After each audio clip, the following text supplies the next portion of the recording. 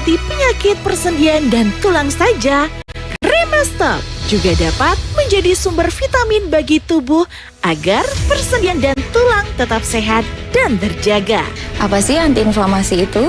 Jadi antiinflamasi merupakan respon protektif dalam tubuh terhadap rangsangan.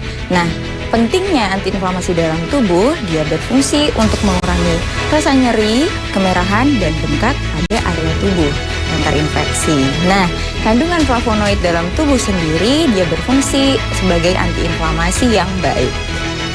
Bagaimana mekanisme dan cara kerja obat di dalam tubuh?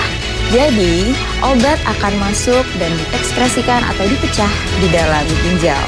Setelah terekskresi di dalam ginjal, akan larut ke pembuluh darah.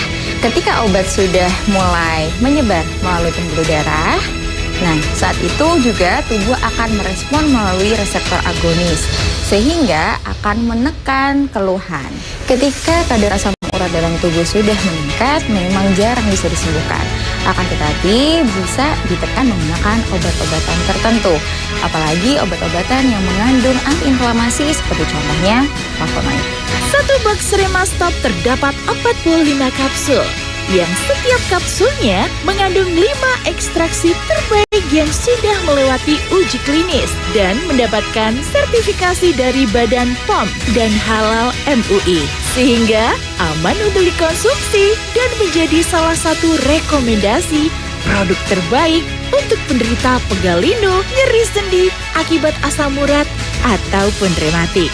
Cukup meminum Remastop 3 kali sehari sesudah makan, maka kesehatan persendian dan tulang Anda akan terjaga.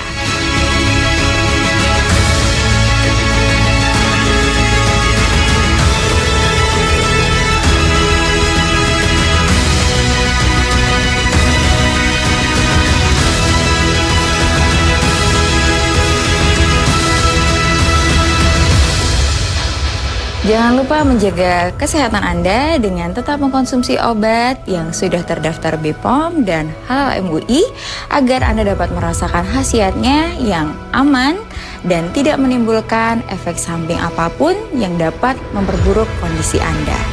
Sayangi diri Anda dan keluarga Anda dengan memeriksakan keluhan yang Anda rasakan saat ini, atau Anda dapat berkonsultasi dengan praktisi profesional dari kami yang terpercaya dengan menghubungi kontak di bawah ini.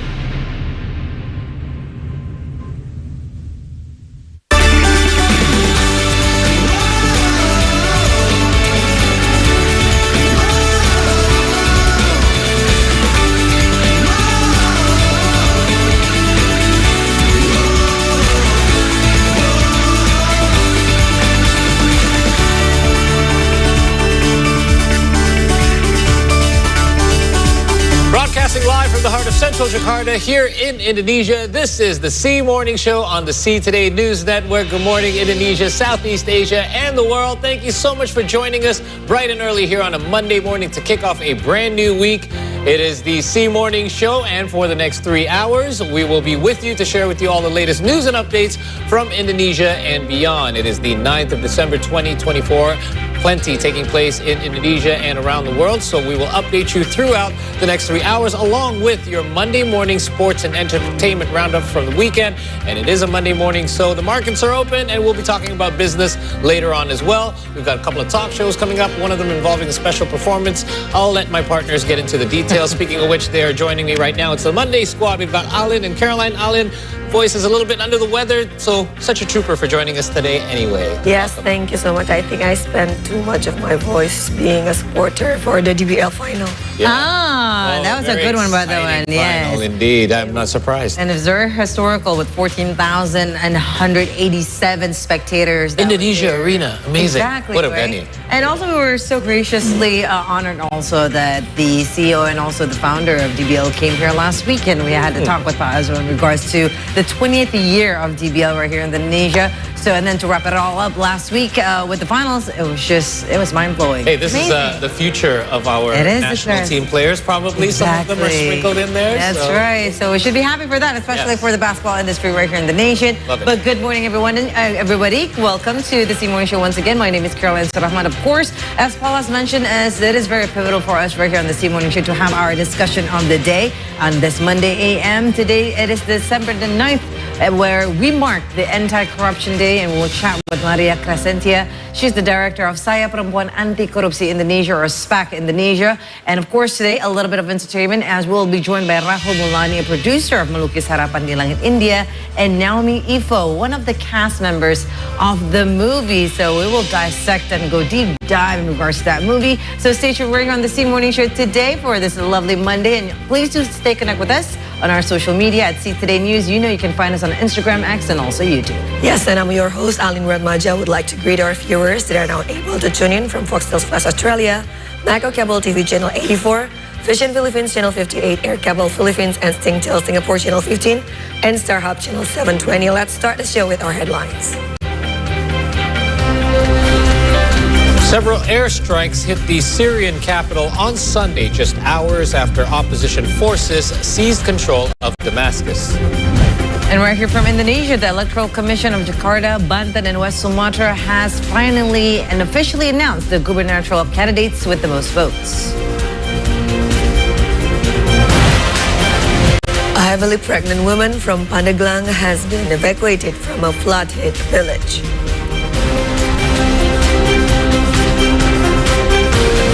And to commemorate International Anti-Corruption Day, this morning we will have a discussion with Maria Crescentia. She is the director of Saya Perempuan Anti Korupsi Indonesia. Stay tuned for that.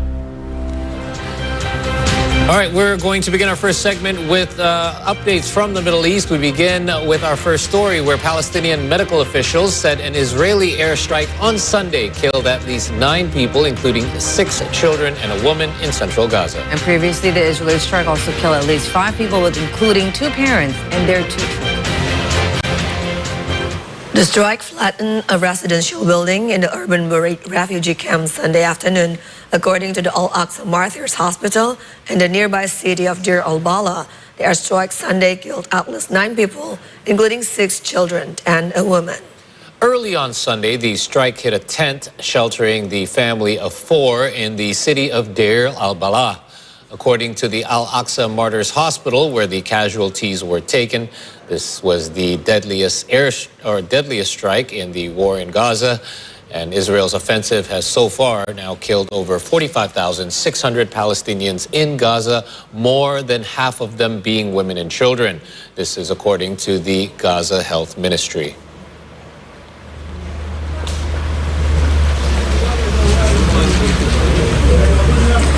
Several airstrikes hit the Syrian capital on Sunday, just hours after opposition forces seized control of Damascus. A powerful airstrike hit the Kafar Susa neighborhood, home to the Assad Region Security and Customs Headquarters. In a separate incident, a fire broke out at the Immigration and Passport airport building in Damascus, though the cause still remains unclear. Earlier, an AP journalist reported an airstrike near the Mazeh military airport southwest of the capital. The airport has been targeted by Israeli airstrike before, but it's unclear who carried out Sunday's attack. The Israeli military declined to comment, as it often does regarding strikes in Syria. Israel Prime Minister Benjamin Netanyahu had confirmed that Israeli forces have seized a buffer zone in the Golan Heights, established by a 1974 ceasefire agreement with Syria after the rebels' lighting advance ended Bashar Assad's rule. And in another development in the region, footage from a CGTN stringer shows scattered documents inside the Iranian embassy in Damascus, which was reportedly stormed by Syrian rebels. The footage shows the damaged embassy and scattered documents, an ID card and photos on the ground inside, while shouting heard in the background. Syrian rebels declared they had freed Damascus and overthrown President Bashar al-Assad. Now, the storming of the Iranian embassy has raised concerns about the stability of diplomatic missions in Syria, with both local factions and international observers watching closely. Iranian Foreign Ministry spokesperson Esmail Baghei condemned the embassy attack, adding that Iran's ambassador to Syria, along with the embassy staff, were unharmed and currently in good health. همکاران من هم تا دیشب 11 شب که در واقع دمشق بودن و سفارت رو ترک کردن و بعضی از اینها شاید بامداد رسیدن به خارج از مرز سوریه، به حمدالله ما پیش بینی کردیم و تقریبا هیچ یک از همکاران ما از دستگاه‌های مختلف جمهوری اسلامی اونجا حضور نداشتن. ارتش و مردم نتونن مقاومت بکنن، بهتره خب شرایط رو رها بکنن که از ریختن خون جلوگیری بکنه و تخریب اماکن و مراکز مختلف جلوگیری بکنه و طبیعتاً به نوعی پذیرش تفوق طرف مقابل خواهد بود. خب وقتی این در میدان نظامی این اتفاق رخ میده، عملاً یه فضایی رو به وجود میاره که حتی اگر بعضیا بخوان به اینا کمک هم بکنن نمیتونن کمک بکنن. Now, furthermore, after the flood of President Bashar al-Assad, Syrians fled the streets in celebration as swift rebel advance ends the Assad's family 50 years rule, where the capital Damascus echoes with celebratory gunfire, but the country now is facing uncertain future. Indeed, and joyful crowds have gathered in Damascus's central squares, waving revolutionary flags in scenes reminiscent of the Arab Spring's early days before the brutal crackdown, along with the 14-year civil war. Meanwhile, others ransacked the presidential palace after President Bashar al-Assad and top officials vanished. Here's the story. The Syrian government has fallen after an insurgency swept across the country and ended Bashar al-Assad's 24-year rule over Syria, and ultimately ending the Assad family's 50-year control of the country. Now, Syria has been mired in conflict since 2011, but this insurgency just took 10 days to make it across major cities and into the heart of Damascus. Today, in the capital, in Umayyad Square, people are celebrating, shooting celebratory gunfire, parading around in their cars, scenes we have not witnessed since anti-government protests in Syria started in 2011. People have broken into prisons across the country, finding political prisoners and other people that have gone missing for years when the Assad family ruled the country. People broke into the presidential palace, tearing down portraits of the former president and posing in the lavish halls. It is truly a moment of joy for many Syrians, that's clear. But there are many questions over Syria's fate going forward. The international community hopes that Syria can have a peaceful and smooth political transition into a chapter where it will have long-term security and prosperity. However, there are many political and military actors in Syria that are at odds with each other, and all of them want to have their seat at the negotiating table, and all of them want their stake in what Syria will look like going forward. It is unclear whether they will be able to settle their differences. Meanwhile, in his first public appearance since fighters entered the Damascus suburbs on Saturday, Abu Muhammad al-Golani addressed supporters at the sprawling mosque. He called on his fighters to return to their military bases starting Monday. The leader of the largest insurgent group in Syria visited the capital's Umayyad Mosque on Sunday and declared that the victory against President Bashar Assad.